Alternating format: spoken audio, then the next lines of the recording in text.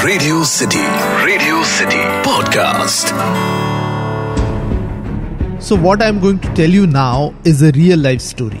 Rather, ये मेरे close friend की कहानी है। So हमारे बचपन के फ्रेंड्स का जो ग्रुप है उसमें एक फ्रेंड है। बचपन में उसे क्या बनना था वो उसे नहीं पता था, बट हाँ वो क्रिकेट बड़ा अच्छा खेलता था। पर जहाँ उसे क्या बनना था वो उसे नहीं पता था, उसके फादर को ये जरूर पता था कि उन्हें उसे क्या बनाना है, और वो था इंजीनियर। उसके फादर को बस एक ही जुनून था कि उन्हें उनके बेटे को इंजीनियर बनाना है। अब आपको पता ही होगा कि इंजीनियर बनने के लिए आपका PCMB यानी फिजिक्स, केमिस्ट्री, मैथमेटिक्स और बायोलॉजी अच्छी होनी चाहिए, तभी जाकर आपको 11th ग्रेड में साइंस मिलेगा और आगे चल के इंजीनियरिंग कॉलेज की एंट्रेंस एग्जाम क्लियर करके एडमिशन मिलेगा। मेरा फ्रेंड पढ़ाई में अच्छा नहीं था, एक साल फेल भी हुआ था। क्लास के लास्ट 5 में उसका रैंक आता था। मुश्किल से 10th पास हुआ। उसके फादर ने जबरदस्ती उसे 11th में साइंस में डाला। किसी तरह एकदम कम स्कोर्स के साथ स्कूल पूरा किया, पर 12th में इतने मार्क्स नहीं थे कि उसे इंजीनियरिंग कॉलेज में एडमिशन मिले। पर बाप को तो चाहिए था कि उनका बेटा इंजीनियरिंग ही करे, भले ही बेटे को जरा भी इंटरेस्ट ना हो। इंजीनियरिंग कॉलेज में एडमिशन नहीं मिला तो 1 साल डिप्लोमा कोर्स करवाया और नेक्स्ट ईयर फिर से एग्जाम दिलवा के पेड सीट लेके अपने बेटे को इंजीनियरिंग कॉलेज में डाला। मुश्किल से इंजीनियरिंग क्लियर किया, पर ग्रेड्स अच्छे ना होने के कारण अच्छी नौकरी नहीं मिली। आज वो मेरा फ्रेंड अनहैप्पी और फ्रस्ट्रेटेड है अपनी जिंदगी से। अब ये रियल लाइफ कहानी सुन के आपको एक फिल्म का कैरेक्टर जरूर याद आएगा, राइट? हाँ, वही कैरेक्टर हु फेमसली सेड, अब्बा नहीं मानेंगे, अब्बा नहीं मानेंगे।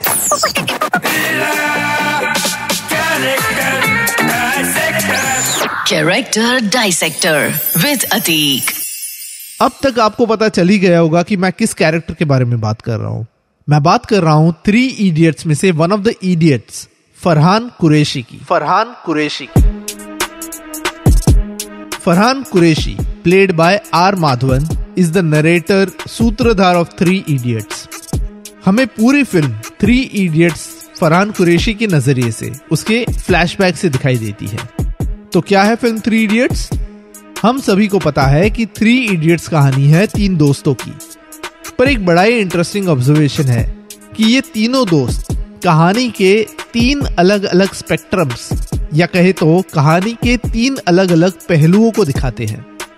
जहां एक और है रैंचो, प्लेड बाय आमिर खान, जो है स्मार्ट, इंटेलिजेंट, प्रैक्टिकल, पढ़ाई में अव्वल, जो हमें ये बताता है कि सक्सेस के पीछे मत भागो, एक्सीलेंस के पीछे भागो, सक्सेस खुद ब खुद तुम्हारे पीछे आएगी।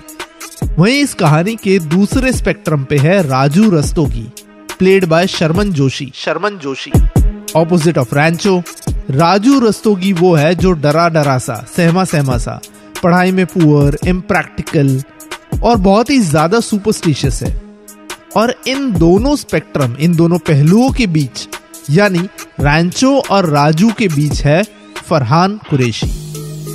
3 इडियट्स का फरहान ना तो रैंचो जैसा है ना ही राजू जैसा है, पर फरहान राजू से रैंचो बनना चाहता है, यानी एक स्पेक्ट्रम से दूसरे स्पेक्ट्रम का सफर तय करना चाहता है। 3 इडियट्स का फरहान कुरैशी हुआ था 1978 में 5:15 पर। 5:16 पर मिस्टर कुरैशी ने यह ऐलान कर दिया, मेरा बेटा इंजीनियर बनेगा। बेसिकली मिस्टर कुरैशी को बेटा नहीं, एक इंजीनियर पैदा हुआ था। That moment his fate was sealed. अब यहां से फरहान कुरैशी का कैरेक्टर 2 दिशा में जा सकता था। एक जो लक्ष्य फिल्म का ऋतिक रोशन करता है, which is to go against his father's wish और आर्मी ज्वाइन करके अपने जीवन का लक्ष्य प्राप्त कर ले।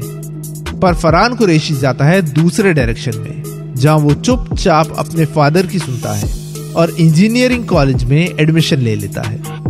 अगर आप थोड़ा फिलोसॉफिकल लेवल पे डाइसेक्शन देखेंगे तो आपको पता चलेगा why Farhan wanted to be a wildlife photographer. Wildlife photography के लिए चाहिए होता है अपनों से, समाज से दूर जंगल में जाना। And that was what precisely Farhan wanted, कि उसके फादर से, इस कांस्टेंट प्रेशर से वो दूर चले जाए, इंसानों से वो दूर चला जाए। पर ही कुंट।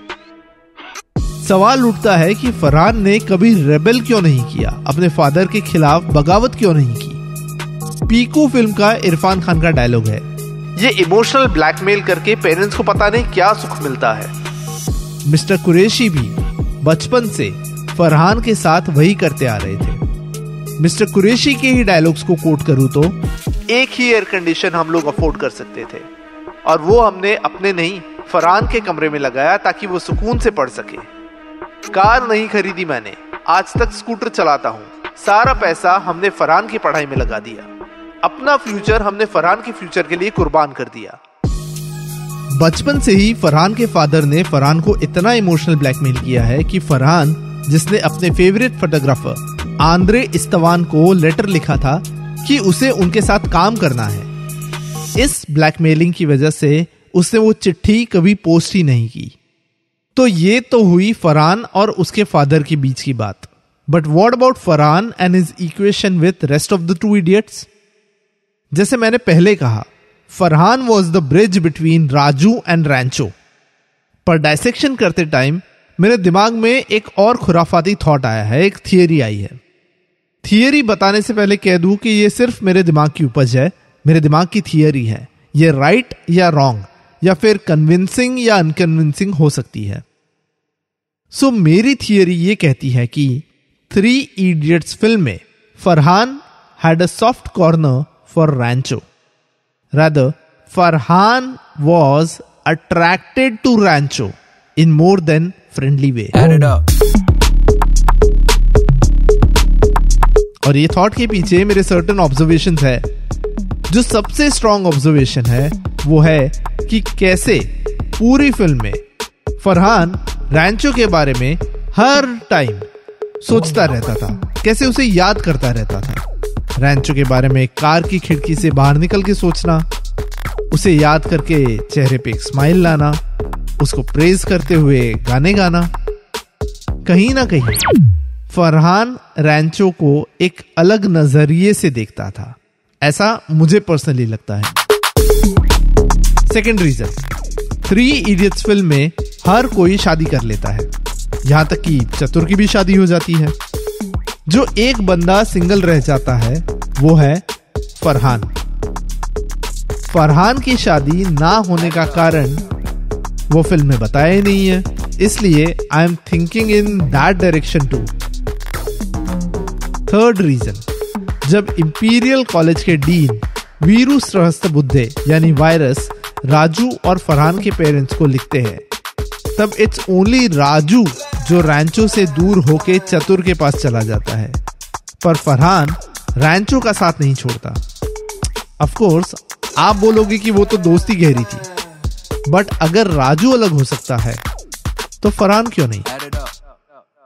Was Farhan attracted to Rancho in a different और rather in a romantic manner? In a romantic manner? Was there a hint of homosexuality in Farhan's character? Homosexuality in Farhan's character? Add it up. पर I know अगर ये angle होता भी तो भी वो angle बाहर नहीं आता क्योंकि अब्बा नहीं मानेंगे।